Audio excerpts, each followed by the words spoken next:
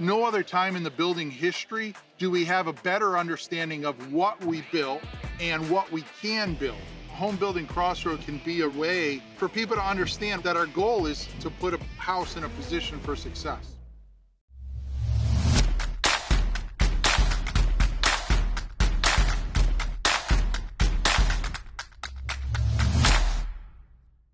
Welcome to the Unbuild It podcast. I'm Jake Bruton. I'm joined today by my co-host, Steve Basic.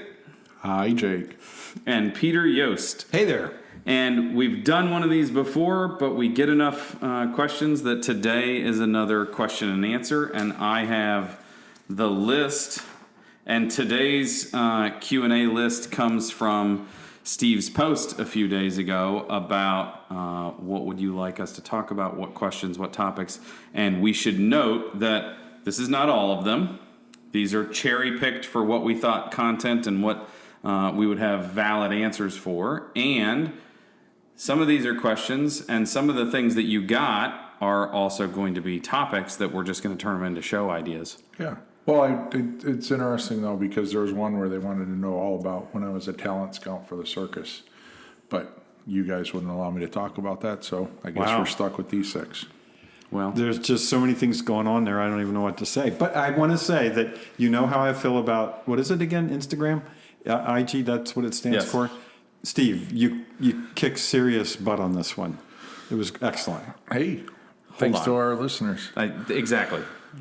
He wrote, what do you want to hear? The things that we got interested about came from other people. But the idea use that I want to back Peter up on here because you're an avid Instagrammer, but you didn't come up with this idea. So there. I didn't even know that you had posted it on Instagram. So it's okay. Don't worry. In the tags, I put Peter Yost is actually real. Peter Yost is alive. Peter Yost does exist. I'll take the compliment of avid Instagrammer. Is that a compliment? I don't know if it is or not. Nothing's a compliment coming from me. So what do we got, Jake? Yeah, so let's jump right in, and we'll just start with questions. We can kill the early show banter that we already kind of did. This is Viboletta6. Can a heat pump system be used with a radiant floor?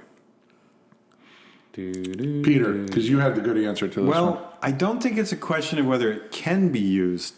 Can a heat pump be used with a radiant floor system? The question is, should it be used in combination? And I don't think there's a terribly good match between what we get from the heat pump system and the radiant floor. So expand a little bit. So we're talking about the potential output and the side effects of heat pump technology, or what? Yeah, so you've got essentially a high mass system, which is going to take a long time to, basically change from conditions. And the heat pump excels at that relationship with a forced air system. So I just don't see that there's the best connection. Doesn't mean you can't do it, but I don't think you get the best properties of both systems combined when you go for a heat pump system for a hydronic system and that's high mass. So let me ask this question, though, because I'm going to have to foil that a little. So you have something like the sand and water heaters, which are heat pumps, right? They take heat from the air and they put it into water. So if we believe that is a very effective system, which Jake has one in his house, I've put a couple in projects, and we find those to be effective, then how is the relationship of storing water to basically using it in a radiant floor and switching it back to heat in the room not an effective relationship?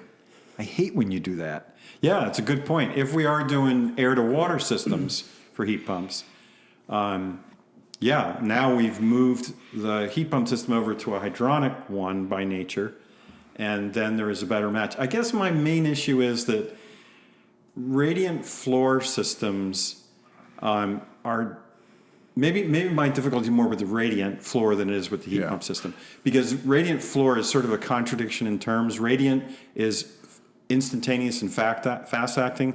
Floor heating systems that are high mass are very, very slow. So, for instance, how do you take advantage with setback with a radiant floor system? It's really difficult to do because the system is set up. Yeah, it's like trying to corner in a locomotive. It just takes a long time There to you make go. that corner. Well, it's actually why there's quite a few builders that I know in my market, this Climate Zone 4, that use them, and I hate them. Like, there are times Radiant when floor systems, or for my market, for my climate zone, for the most part, because there is a much larger section of the year where you're wanting a little bit of heat and not a lot, or you want a little bit of heat overnight, but you might end up having 75 degrees in the afternoon. Or the other morning, I woke up and it was 40 and it was 90 in the afternoon. The system doesn't react quick enough for me to justify large shoulder seasons, and we don't have a long, hard winter here. so we got to jump on to the next ones, but I'll give the final word on it. It is harder to put heat into a liquid than it is into the air. You agree with that? Yeah, I do. Right. So I don't like giving you the final word, but well, but I guess the real the simplistic boiling it down to that, the common denominator is you could do it, but like you said, why should you? Just because we can. And then you have to question, it is one of the hardest things is to take that energy out of the air and put it into water as opposed to putting it into an air ducted system. and I think I know you should get the last word, but No, finish it up. if you're in a mild climate where you're going to have to do significant space heating and cooling, there are pretty serious challenges with using that floor radiant system as a space conditioning system. And the other thing is, Steve, this is getting back to architecture. If you're in a climate where you're trying to get solar gain during the winter and not during the summer, you have to be really careful with radiant floor heating systems in terms of design for solar gain. Yeah. So I think it's a tough design question as well.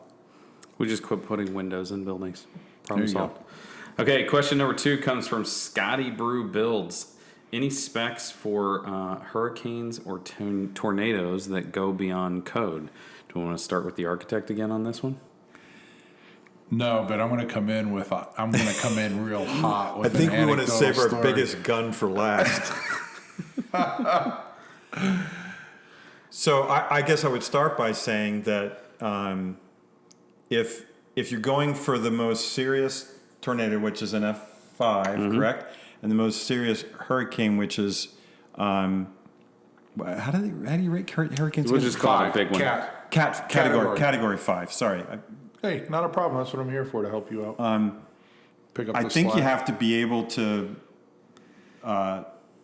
first of all, not only tie everything down, but completely seal off all your glazing, right? So that's a pretty tall order. Yeah. Can it be done? Of course. Yeah. Yes. I mean, we could build out a concrete and just be done with it too. ICF, maybe. And I think one of the things is that we have a great program called the Fortified Home Program at the Institute for Business, Home, and Safety. So that's where I would start if I was looking for guidance on how to design for Cat 5 and F5. It's one of those things where you have to design to some level of risk. And if you design for the most riskiest event, you're going to spend a boatload of money, which We're just playing a game of percentages, right? it's an insurance risk. Because like you said, can I build it so it holds down? Yes. I've been in a building that was designed. Now, I didn't design it. I was actually working as an electrician in this building, and I think I told you guys, if I gave you 1 million choices, you would have never guessed the function of this building. But it was a llama barn hospital that we were working on. And the client had... If I've ever heard of someplace that was laundering money. Well, a llama barn hospital. So the client had a whole... I don't even know what you call a bunch of llamas, but he had like 50 or 100 llamas. He was a llama farmer.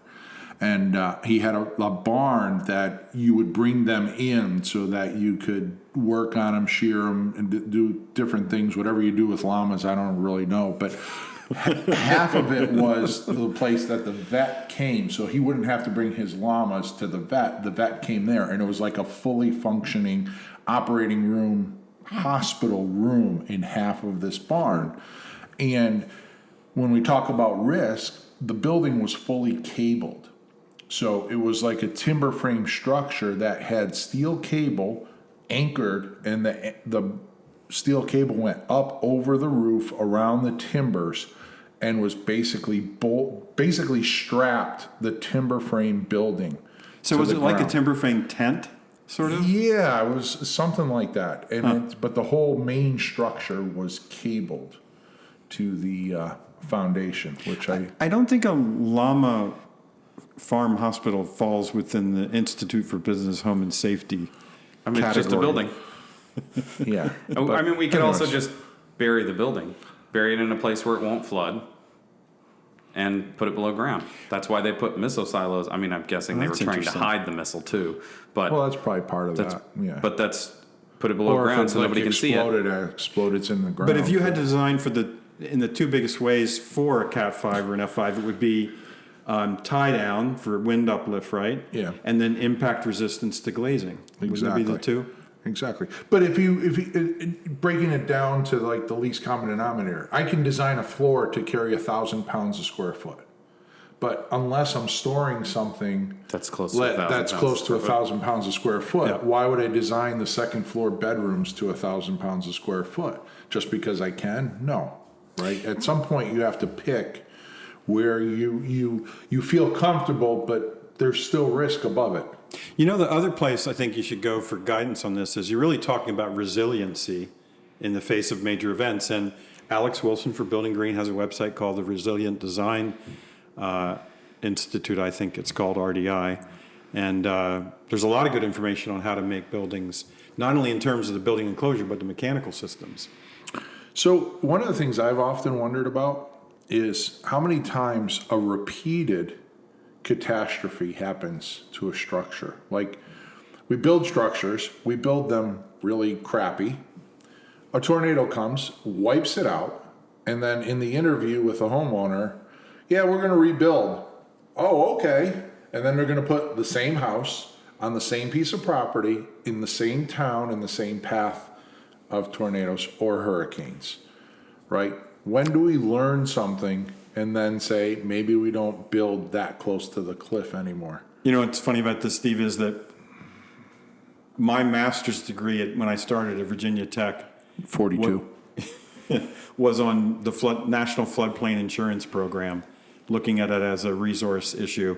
And our first national flood insurance program was in 1955, the year I was born.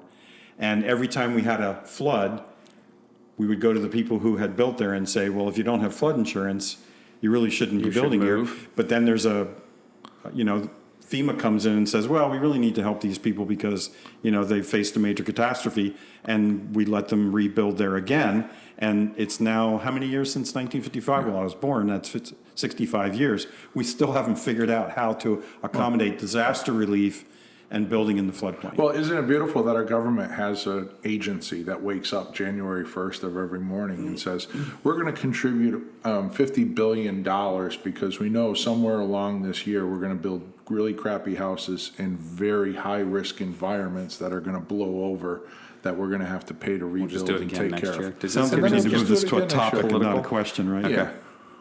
Yeah. Okay. Question number 3. Wait, sorry. Summation of question number 2 is we can do whatever you want. We just need to know the design parameters in the budget. I think that's it. Just because we can doesn't mean we should. Bob Kelly asked basically for thoughts on natural effective non-mechanical passive venting in high performance buildings. Say that real fast. I just did. 3 times. Okay.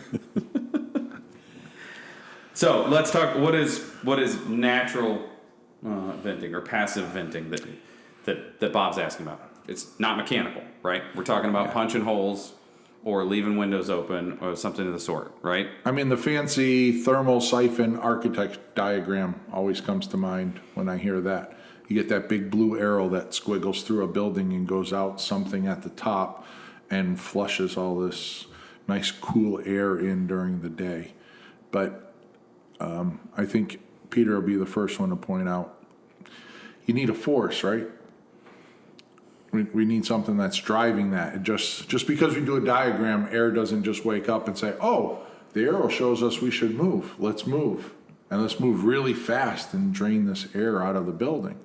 It doesn't quite work that way.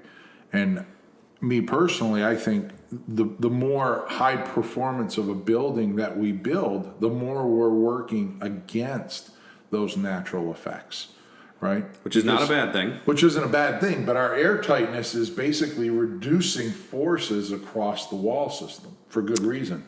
Yeah, and we know that the three ways to move air are stack effect, wind, and fans, mechanical systems. So if we take out fans, we've now got stack effect and wind.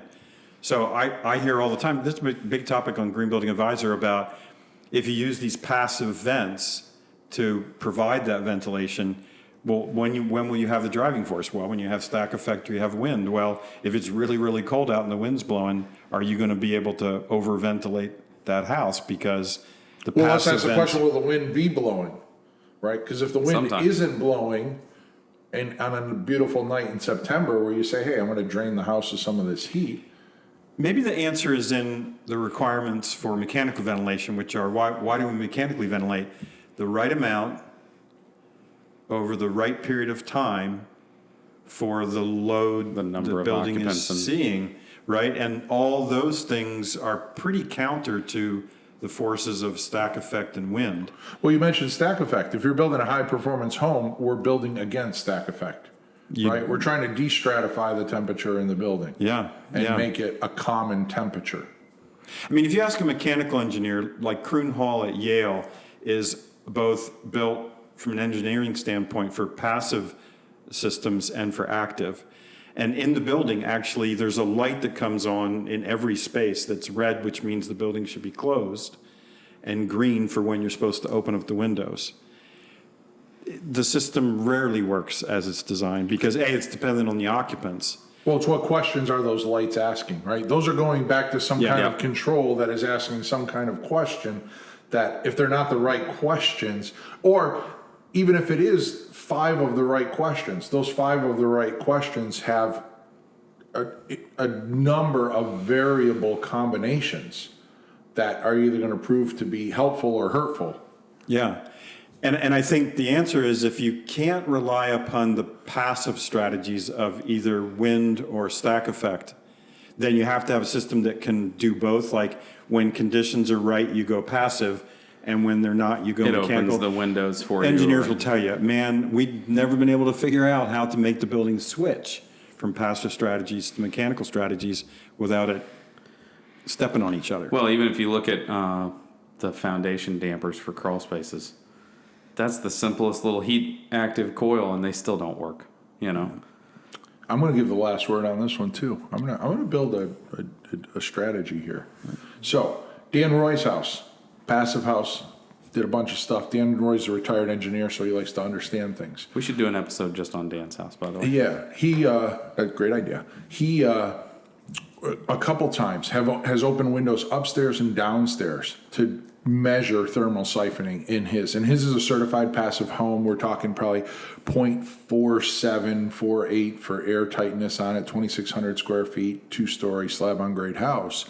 And he's challenged the thermal siphoning concept a number of times. He said at best, he can change the temperature about 4 degrees through the night in doing that. Which is almost nothing. Which is probably almost nothing. In his house, it's a little more than nothing because when you go from, say, 72 to 68, you probably do feel it because it's 68 everywhere in the house.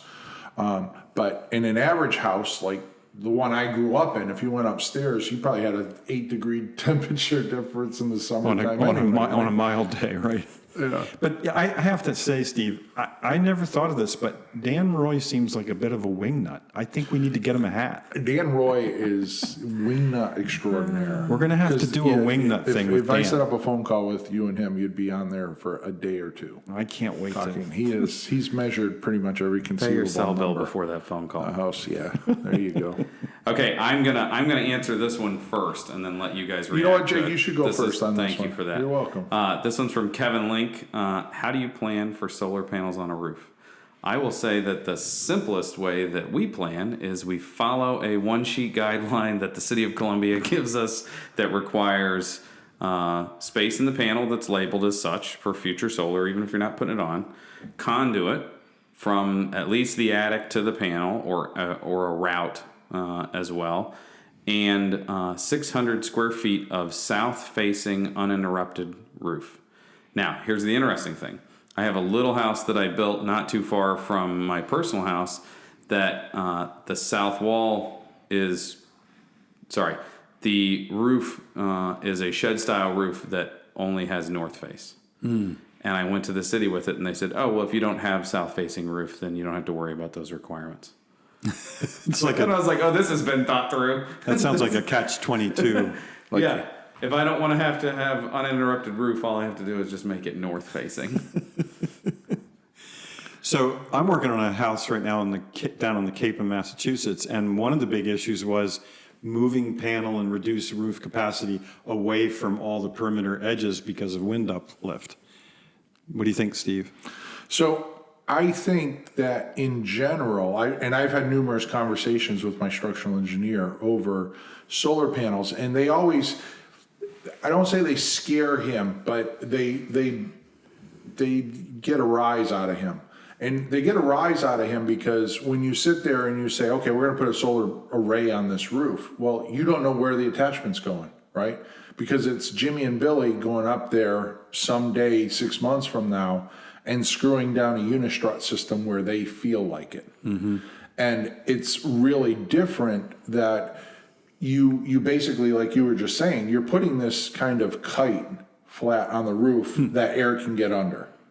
Right, and then the closer to the edge of the roof, the slightly stronger kite effect you're going to have. Which is the same with just the overhangs, just the roof part of the house. It's the same with the roof overhangs. But the thing is, with the roof overhang, the structural engineer can clearly calculate what it is, where things are going, how they get attached. He doesn't ask me, well, what kind of screws are they using for the unistrut system? How deep are they going in? And well, he settles for the worst case scenario when he designs it and lays it out. But in your case, when you said, how do you feel about that? Well, I feel that we could probably do a solar array in a hurricane environment. We just have to get it designed. So we might be adding extra rafters. We might have a layout for the unistrut system that embeds into the rafter system and not just the roof sheathing and stuff like that. I do know I've had a number of clients where when we're doing standing seam metal roofs and stuff, they were a little apprehensive about their solar panels, and we ended up doing things like doubling the number of clips. So instead of, say, 16 inches on center, we'd put them on 8-inch centers all the way up so that the metal roof is more securely attached to the roof sheathing. And then when we attached the unistrut system to that, we actually added more than normal attachments. That's a real carpenter solution, by the way. When in doubt, put more screws or nails in it. Just add more connections. Add more connections. Can I do two quick added things on the PV?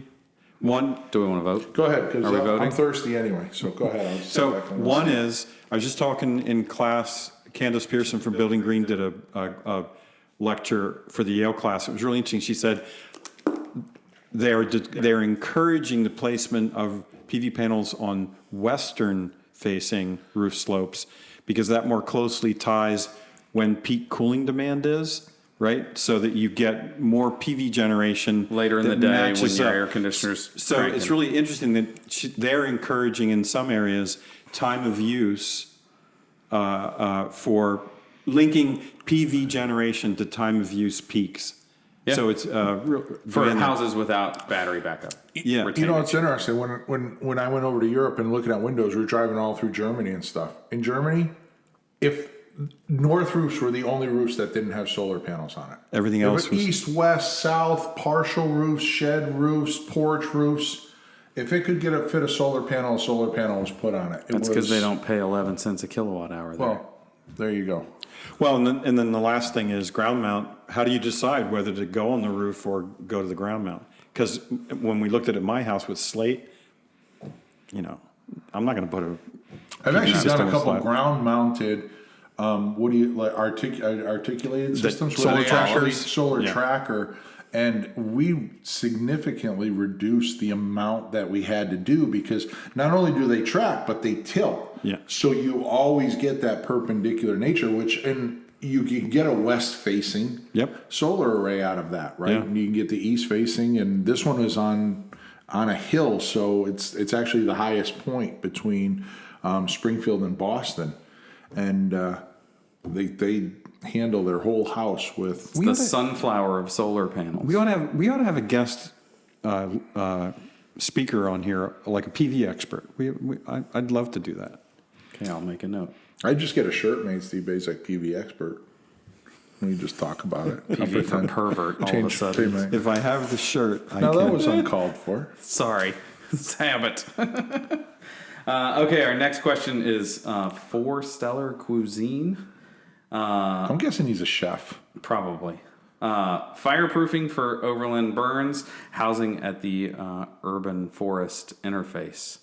So how are we going to deal with I just everything like the around urban forest interface. That's pretty good, yeah. So I how do we got deal an with anecdotal story to that. We we've told talked them about this. anecdote and stories. You have an anecdote or you have a story. No, I have an anecdotal story.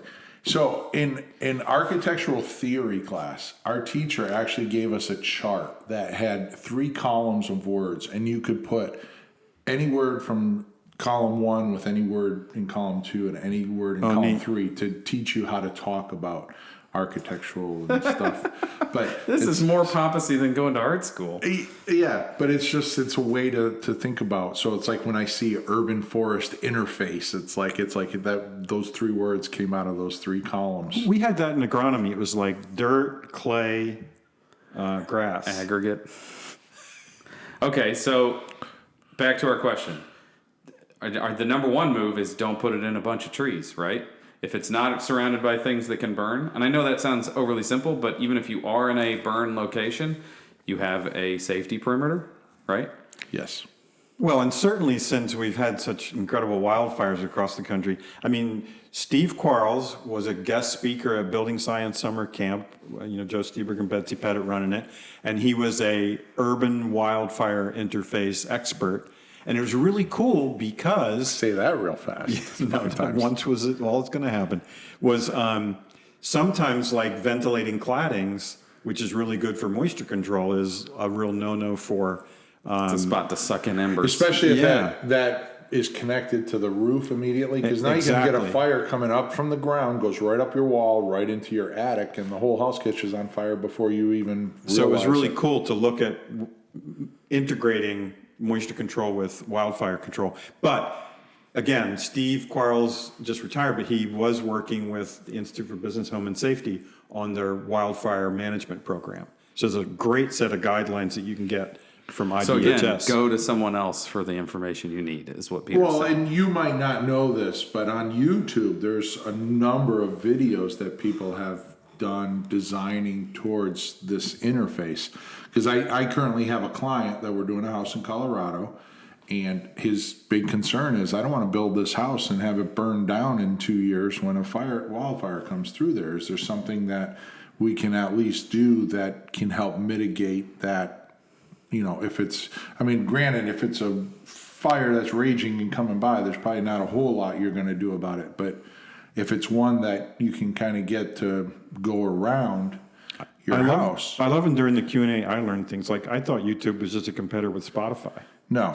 So the YouTube, Peter's just saying internet words now. Yeah, he's pretending just like he throwing knows them what out they. there. I know It's my like the daughter search calls engine. them. Yes, he's picking. Yeah, I'm real smart, and I'm 2021 appropriate. But He still refers to it as the confuser every time he goes to type something. But the client came and he was asking these questions, and immediately all these things are coming to mind, like, can we put in a well that's dedicated to a sprinkler system that's directly around the perimeter of the building, so we can fully saturate the first 20 feet to the house and actually create a wet island, if you will. If we're going to in do the that, why don't we forest. sprinkle the house too? Right. Well, there are Or systems. could we put those systems in the eave, and so that they do that? But then you have Freeze floating embers and all this stuff. You have freezing to deal with. So it does bring up a whole host of questions, and this goes back to a lot of the questions we have. At what level of risk are we trying to satisfy? right? Because yeah, Can we just not live there? Is that what you're trying to Well, say? no, but I'm just saying, does it make sense to put a sprinkler system that douses the whole house in water at the risk of that water freezing, causing other problems? Well, the great thing is that, as particularly IBHS, it's a whole. Here's the easiest things to do. You know, here are the things that are more expensive and more. And there is that, like, keep everything clear for about 50 feet around the house so the fire can't burn anything up to the house, right? And then you only have to deal with embers. Yeah, you see some of these on TV. It's like the people are, oh, my house is burning down, and it's in this, like, the trees are hanging over the house. It's like, yeah, that's pretty much a no-brainer there, people. You were one step away from just lighting it yourself. Exactly. At that point. Like a bad campfire in the backyard, bad bonfire gone rogue in the backyard. Your house Pine is needles. coming down. Yeah. The pine needle blanket everywhere. Exactly. So. Yeah. But Okay. Good Well, question. we're going to have more Q&A in the future. And a whole bunch of them got elevated to topics. Yes, they did. So focus or stay tuned for topics that you asked. And a couple of them we just thought were bad, so we threw them out. There you go. We, Kamasari? Well, how about Steve? This list is in Steve's handwriting. If anybody wants to complain about not getting their question answered, Blame not me. That's it. I'm the scapegoat of this podcast. We all know it. It's all right. He's really tortured over this. So, thanks for watching the podcast today. Thanks for listening to the podcast today. If you're just listening to it, even if you turned on YouTube and then you didn't pay attention to At the least you screen, didn't bash the military today. I did not. That was good. So at least you didn't bring up any garbage 1980s movies. Don't forget to click like and subscribe. Tell a friend. Leave a review on iTunes. Leave us a 5-star review. Send us a message through IG. Let us know what you want on the next Q&A. And we'll play a game called Can You Find Peter on Instagram. Till next time, I'm Jake Bruton. Thanks for listening. I'm Peter Yost. Thank you. Like he said.